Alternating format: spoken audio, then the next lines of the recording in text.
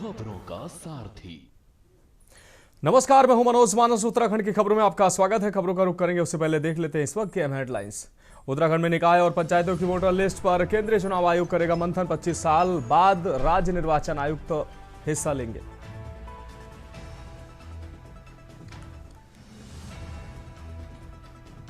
देहरादून में गुंजन हत्याकांड मामले में एसआईटी ने 5 दिन में दाखिल की चार्जशीट। सहेली पायल बनी मुख्य गवाह। गाजियाबाद की घटना के बाद देहरादून प्रशासन सतर्क। बच्चों के डिजिटल व्यवहार की होगी कड़ी निगरानी। नैनीताल में 124 लोग ले रहे दोहरी पेंशन। कैग की रिपोर्ट से फर्जीवाड़ा हुआ उजागर। धनराशि की वसूली की जाएगी। देहरादून में आवारा कुत्ते का खौफ। 45 लोगों को काटा। लगातार हमलों से इलाके में भय का माहौल। उत्तराखंड में फिर बदलेगा मौसम का मिजाज। आने वाले इन 2 दिनों में बारिश और बर्फबारी के आसार। मैदान में भी दिखेगा बारिश बर्फबारी का असर। आप देख रहे हैं के न्यूज़, खबरों का सारथी।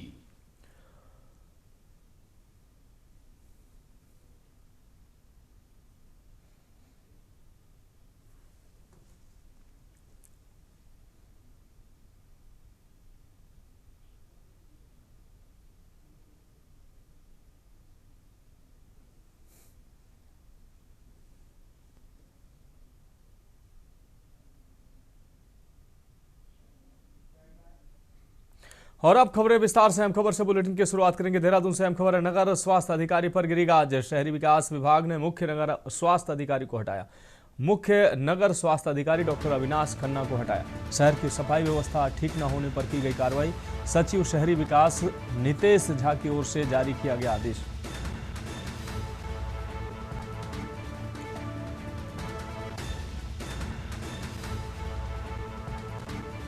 शहर की सफाई व्यवस्था शहरी विकास विभाग ने मुख्य नगर स्वास्थ्य अधिकारी को हटाया है। शहर की स्वास्थ्य व्यवस्था पर कार्रवाई की गई है। मुख्य नगर स्वास्थ्य अधिकारी डॉक्टर अविनाश शहर की सफाई व्यवस्था ठीक न होने पर की गई है कार्रवाई। सचिव शहरी विकास नितेश झा की ओर से जारी किया गया आदेश। देहरादून से अहम खबर। नगर स्वास्थ्य अधिकारी पर गिरी गाज। शहरी विकास विभाग ने मुख्य नगर स्वास्थ्य अधिकारी को हटाया। मुख्य नगर स्वास्थ्य अधिकारी डॉक्टर अविनाश खन्ना को हटाया। शहर की सफाई व्यवस्था ठीक न होने पर की गई कार्रवाई। शहरी विकास विभाग ने मुख्य नगर स्वास्थ्य अधिकारी को हटाया। मुख्य नगर स्वास्थ्य अधिकारी डॉक्टर अविनाश खन्ना को हटाया गया।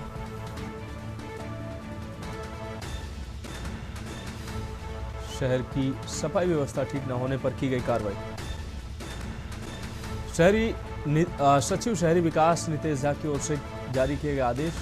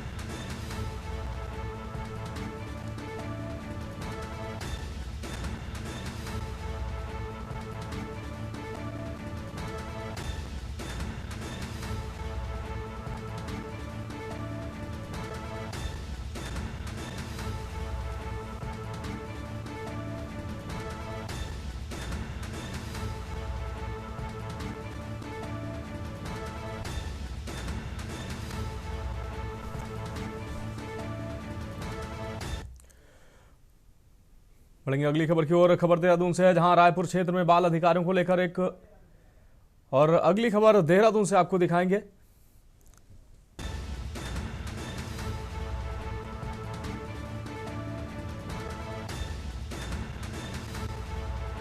गाजियाबाद से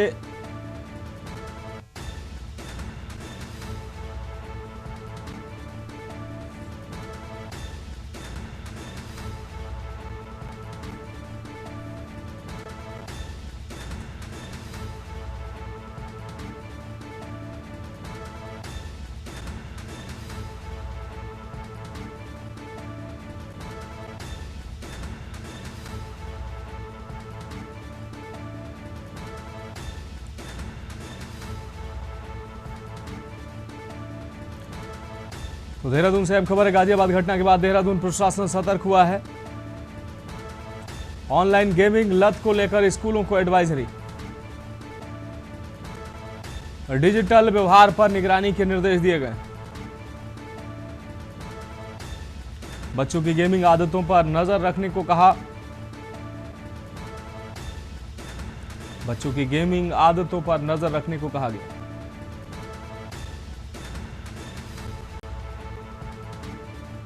स्कूलों को अभिभावकों को जागरूक करने की अपील।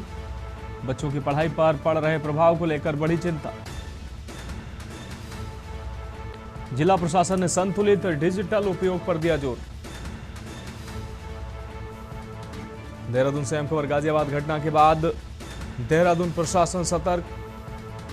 ऑनलाइन गेमिंग लत को लेकर स्कूलों को एडवाइजरी, डिजिटल व्यवहार पर निगरानी के निर्देश दिए गए। बच्चों की गेमिंग आदतों पर नजर रखने को कहा गया। बच्चों की गेमिंग आदतों पर नजर रखने को कहा गया। स्कूलों को अभिभावकों को जागरूक करने के निर्देश। बच्चों की पढ़ाई पर पड़ रहे प्रभाव को लेकर बढ़ी चिंता। जिला प्रशासन ने संतुलित डिजिटल उपयोग पर जोर दिया।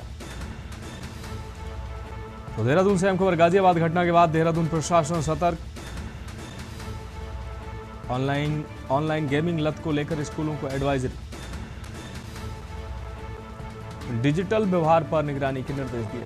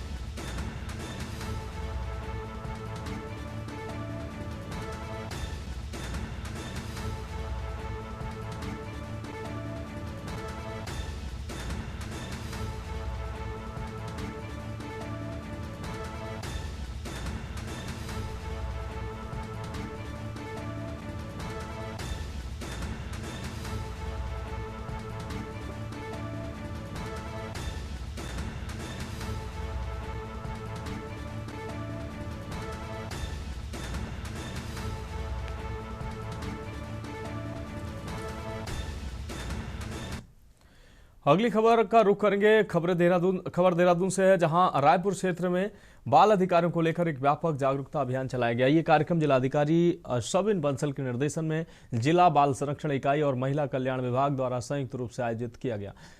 अभियान का उद्देश्य बच्चों को उनके अधिकारों, सुरक्षा और कल्याण से जुड़ी महत्वपूर्ण जानकारियां देना रहा। कार्यक्रम के दौरान विद्यालयों में अध्ययनरत विद्यार्थियों के साथ साथ शिक्षकों और स्कूल स्टाफ को भी बाल अधिकारों से संबंधित कानूनों और सरकारी योजनाओं की जानकारी दी गई। विशेषज्ञों ने किशोर न्याय अधिनियम, पॉक्सो अधिनियम सहित अन्य महत्वपूर्ण कानूनी प्रावधानों पर विस्तार से चर्चा की। बच्चों को बताया गया कि किसी भी प्रकार के शोषण, उत्पीड़न या हिंसा की स्थिति में वे किन माध्यमों से मदद ले सकते हैं और किस अधिकारी या संस्था से संपर्क करना चाहिए। इसके साथ ही विभिन्न सरकारी सहायता और कल्याणकारी योजनाओं की जानकारी देकर बच्चों को आत्मनिर्भर और सुरक्षित बनने के लिए प्रेरित किया गया। अधिकारियों ने कहा कि इस तरह के जागरूकता कार्यक्रम बच्चों को सुरक्षित, सशक्त और जागरूक बनाने में महत्वपूर्ण भूमिका निभाते हैं। जिला प्रशासन का प्रयास है कि बच्चों को उनके अधिकारों की पूरी जानकारी मिले ताकि वे अपने भविष्य को सुरक्षित और बेहतर बना सकें।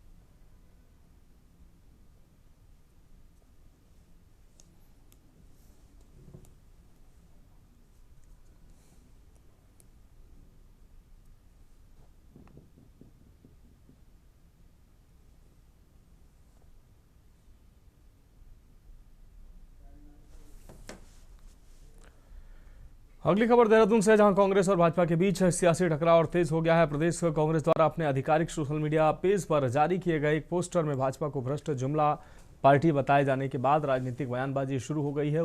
इस पोस्टर को लेकर भाजपा ने कड़ा ऐतराज जताया है। इसी क्रम में भाजपा विधायक विनोद चमोली ने कांग्रेस पार्टी पर तीखा हमला बोला है। उन्होंने कहा कि कांग्रेस को भाजपा पर भ्रष्टाचार का आरोप लगाने का कोई नैतिक अधिकार नहीं है। विनोद चमोली ने आरोप लगाया कि केंद्र की राजनीति में सक्रिय कांग्रेस के 3 बड़े नेता आज जमानत पर बाहर रहकर राजनीति कर रहे हैं, जो कांग्रेस की कथनी और करनी पर सवाल खड़े करता है।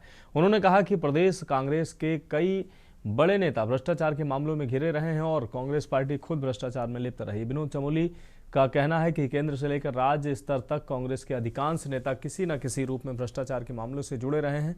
उन्होंने यह भी कहा कि कांग्रेस के कई नेताओं पर प्रवर्तन निदेशालय और सीबीआई द्वारा जांच की गई, जो इस बात का प्रमाण है कि कांग्रेस पार्टी पर भ्रष्टाचार के गंभीर आरोप हैं।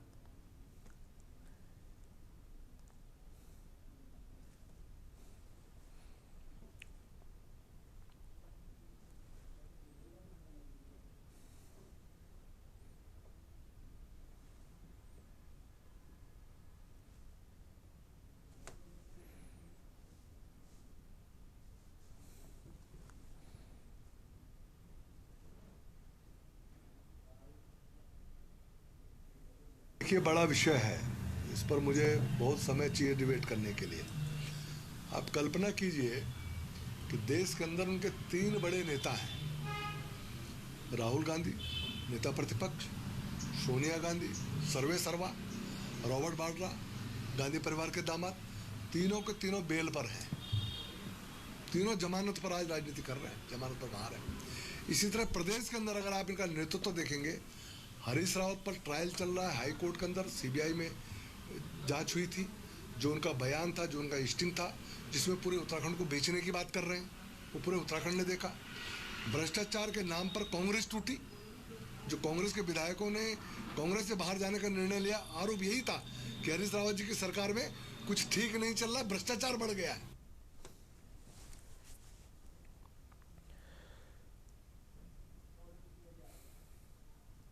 बढ़ेंगे अगली खबर की ओर। केंद्रीय मंत्री हरदीप सिंह पुरी का आज दौरा, भाजपा मुख्यालय में महिला संवाद कार्यक्रम में शामिल होंगे।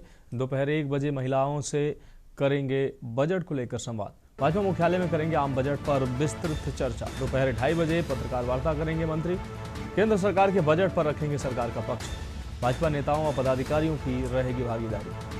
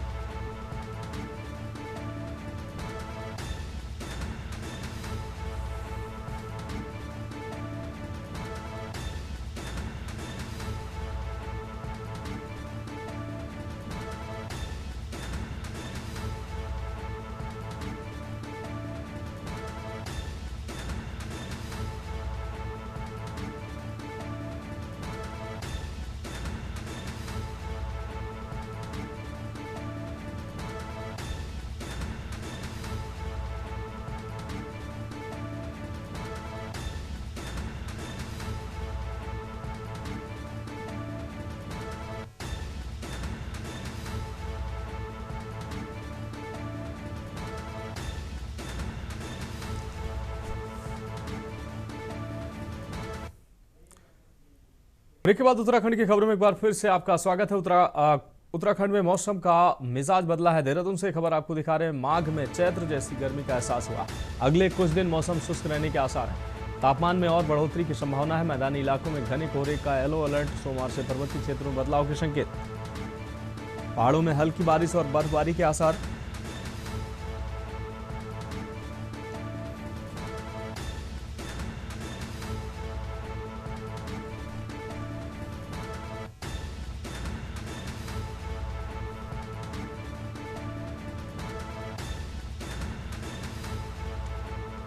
मैदानी इलाकों में घने कोहरे का अलर्ट। सोमवार से पर्वतीय क्षेत्रों में बदलाव के संकेत।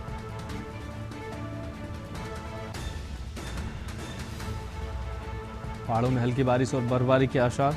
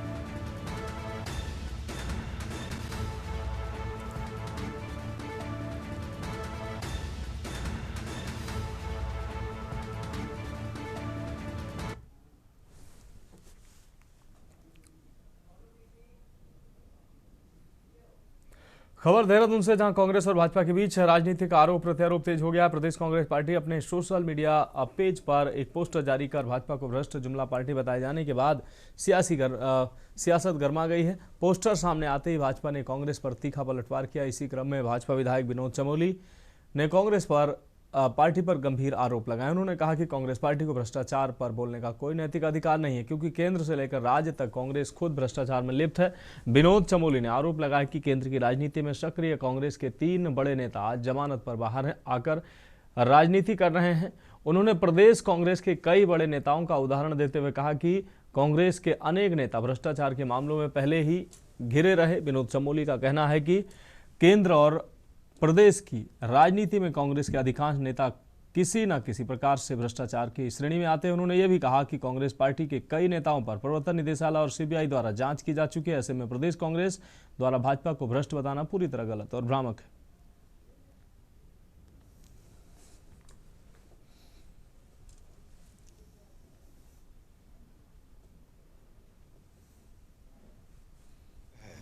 इस पर मुझे बहुत समय चाहिए डिबेट करने के लिए। आप कल्पना कीजिए कि देश के अंदर उनके 3 बड़े नेता हैं। राहुल गांधी नेता प्रतिपक्ष, सोनिया गांधी सर्वे सर्वा, रॉबर्ट वाड्रा गांधी परिवार के दामाद, तीनों के तीनों बेल पर हैं। तीनों जमानत पर आज राजनीति कर रहे हैं, जमानत पर बाहर हैं। इसी तरह प्रदेश के अंदर अगर आप इनका नेतृत्व देखेंगे, हरीश रावत पर ट्रायल चल रहा है हाई कोर्ट के अंदर, सीबीआई में जांच हुई थी। जो उनका बयान था, जो उनका स्टिंग था, जिसमें पूरे उत्तराखंड को बेचने की बात कर रहे हैं, वो पूरे उत्तराखंड ने देखा। भ्रष्टाचार के नाम पर कांग्रेस टूटी। जो कांग्रेस के विधायकों ने कांग्रेस से बाहर जाने का निर्णय लिया, आरोप यही था कि हरीश रावत जी की सरकार में कुछ ठीक नहीं चल रहा, भ्रष्टाचार बढ़ गया है। खबर देहरादून से है, जहां उत्तराखंड राज्य को बने 25 वर्ष पूरे हो चुके हैं, लेकिन पलायन की समस्या आज भी सरकार के लिए एक बड़ी चुनौती बनी हुई है। खासकर पहाड़ी और दुर्गम क्षेत्रों से लगातार हो रहे पलायन को लेकर राज्य गंभीर प्रयास कर रहा है। इसी विषय पर कैबिनेट मंत्री सौरभ बहुगुणा ने सरकार की नीतियों और योजनाओं की जानकारी दी। कैबिनेट मंत्री सौरभ बहुगुणा ने उत्तराखंड के लिए पलायन हमेशा से सबसे बड़ा दुख रहा है। उन्होंने कहा कि अब तक की सभी सरकारों के कार्यकाल में समस्या एक गंभीर चुनौती के रूप में सामने आती रही है। उन्होंने कहा कि वर्तमान सरकार पलायन की समस्या को कम करने और इसे रोकने के लिए लगातार कार्य कर रही है। सौरभ बहुगुणा ने बताया कि सरकार ने दुर्गम और पहाड़ी क्षेत्रों में रोजगार के अवसर पैदा कर रिवर्स पलायन को गति दी है। कृषि, बागवानी, पशुपालन और होम स्टे जैसे क्षेत्रों के माध्यम से स्थानीय लोगों को रोजगार से जोड़ा जा रहा है।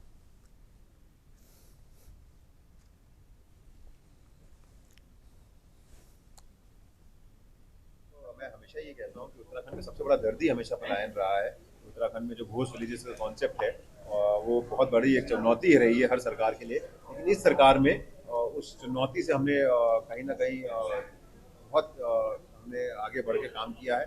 पलायन को रोकने में, रिवर्स पलायन में, चाहे वो मैं आपको बहुत सारे ऐसे गांव बता सकता हूँ उत्तराखंड में जहाँ पे लोगों ने वापस आके अपना रोजगार खुद शुरू किया है, चाहे वो बागवानी के क्षेत्र में हो, चाहे वो एग्रीकल्चर के क्षेत्र में हो, चाहे वो फिशरीज के क्षेत्र में हो, एनिमल हस्बेंड्री के क्षेत्र में हो, होम स्टे के माध्यम से हो। तो उत्तराखंड सरकार लगातार कोशिश यही कर रही है कि उत्तराखंड के जो दुर्गम क्षेत्र है वहाँ तक अपनी योजनाओं को पहुँचा सकें। फिलहाल खबरों में अभी के लिए इतना ही, मुझे दीजिए इजाजत और आप देखते रहिए न्यूज़ इंडिया।